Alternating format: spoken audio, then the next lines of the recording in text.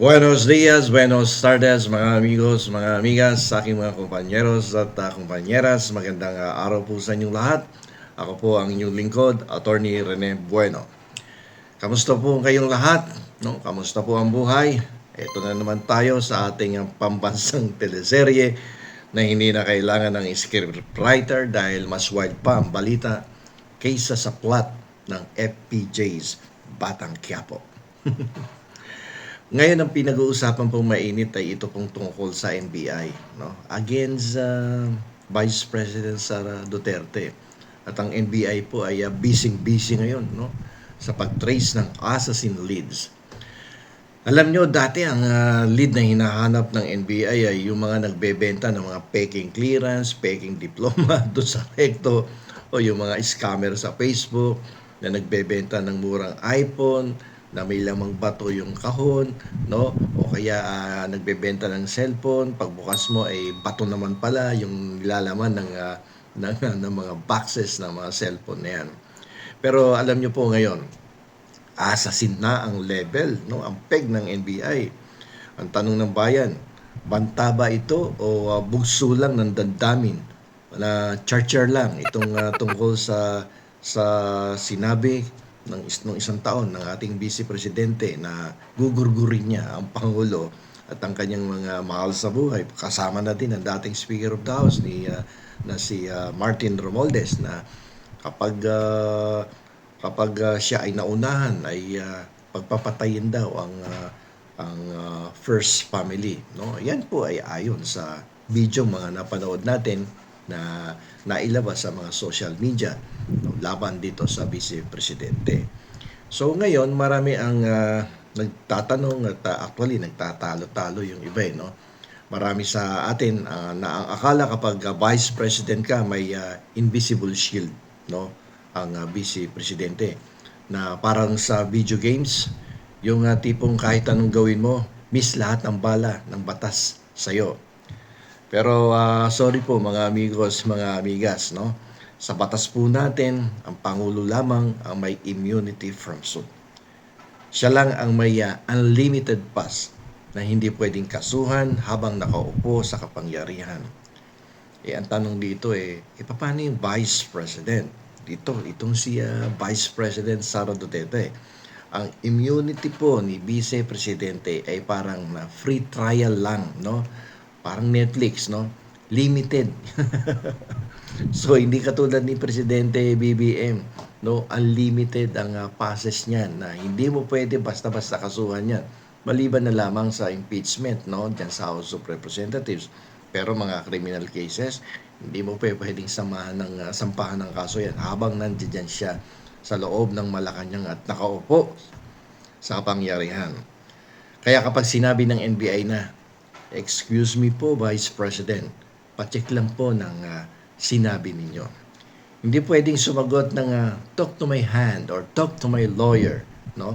Pwede silang mag-imbestiga. Pwedeng imbestigahan ng NBI ang Vice Presidente. Ang posisyon po niya ay hindi get out of jail free card na parang sa Monopoly. At wala siyang protection na katulad na ini-enjoy ng ating Pangulong President Ferdinand Marcos Jr. So, yung bang mga pagbabanta ni Vice President sa Pangulo, yung ba ay mga threat talaga o marites level lamang? So, ito po yung pinakamaanghang na parte. Kailan ba nagiging krimen ang salita? Sa batas, no? Lalong-lalo na sa ilalim po ng Revised Penal Code, tinitingnan ang criminal intent. Isipin niyo po, kung sinabi ko sa asawa ko na papatayin kita sa sarap ng luto ko ngayong hapunan, hindi ako ikukulong o iimbestigahan ng NBI, no? Dahil hindi po banta sa buhay yon, no? Pero kung sinabi ko na may kinuha na akong tao para itong baka, ibang usapan na yan, no? Talagang may pagkaseryoso na yan at hindi na pwedeng palagpasin yan ng National Bureau of Investigation. Alam niyo po may isang desisyon ng Korte Suprema pagdating sa ganyan. Sabi po ng Korte Suprema, ang freedom of speech ay hindi license to scaring. Hindi porkit galit ka, pwede ka nang mag-announce ng mga pre-order ng assassin. Kung ang salita mo ay may clear and present danger, no? Doon na papasok ang NBI. Yung clear and present danger doctrine na yan madalas po ginagamit ng Korte Suprema yan. Parang ano yan, yung papalapit na deadline ng utang mo. Yan yung clear and present danger. So pinapagaan lang natin ang ating pagkakaintindi sa batas para makakuha nyo po ang nais nating ipaliwanag dito sa ating vlog sa araw na to. Ngayon, pero kung hyperbole lamang o yung tipong OA lang talaga ako magsalita, no? Baka lusot ka pa sa korte at makalusot ka din talaga sa NBI. Pero sa impeachment, ayan, iba na naman yan. No? Abangan po natin ang susunod na kabanata no, pagdating sa impeachment at alam po natin na unanimously na bumoto na ang Committee on Justice na talagang may existence of probable cause. So definitely akit na yan sa plenaryo sa Kongreso. Ibig sabihin, lahat na no, magbobotohan dyan sa Kongreso kung i-impeach ang Vice Presidente no, at i-endorso na sa Senado. Ngayon, sa criminal case kasi kailangan ng ebidensya na proof beyond reasonable doubt. Pero sa impeachment, ibang usapan po. Ang kailangan lang ay mapatunayan na ang asal mo ay conduct unbecoming. So, parang ganito yan. Sa isang kumpanya, no, pwedeng hindi ka magnakaw, di ba? Pwedeng hindi ka magnanakaw. So, pero kung araw-araw kang nagmumura sa harap ng mga customer at nagbabanta, susunugin mo yung opisina ninyo, abay, pag yan ay nakarating sa may-ari ng opisina o sa manager o sa presidente, tatanggalin ka ng boss mo, di ba? So, hindi dahil criminal ka. Kasi wala ka pa namang ginagawa, hindi mo pa naman sinusunog yung opisina. Ang dahilan kaya ka tatanggalin is dahil unfit ka na sa trabaho. Ganyan ang logic ng impeachment no, sa House of Representatives. Alam niyo po mga amigos, mga amigas, no, kayong mga followers at subscribers ko dito sa YouTube channel. Alam niyo po itong dila natin. Ito ay parang double-edged sword yan. Pero pwede itong gamitin para magsilbi o pwede natin gamitin para makasuhan, no? Tayo.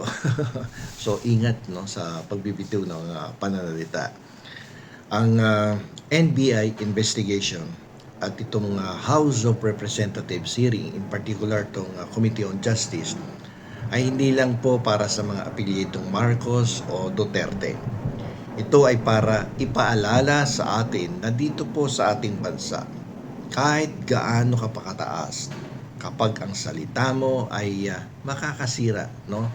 O nakakasira na sa kasaysayan, may batas na kakatok sa pintuan mo. Mag-ingat po tayo sa ating mga sinasabi. Mas mabuti nang mapanis ang laway ninyo kaysa mapanis ang buhay nyo sa loob ng kulungan. So sana po ay naliwanagan ninyo no at kahit papano ay kayo ay may natutunan ngayon dito sa ating episode at napangiti sa gitna ng init ng politika.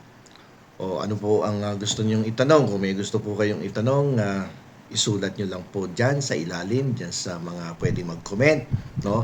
At huwag nyo pong kalilimutan na mag-like, mag-share, at mag-subscribe dito po sa aking YouTube channel na Attorney Rene Bueno, Law and Beyond. Marami pong salamat sa inyong patuloy na pagtangkilik.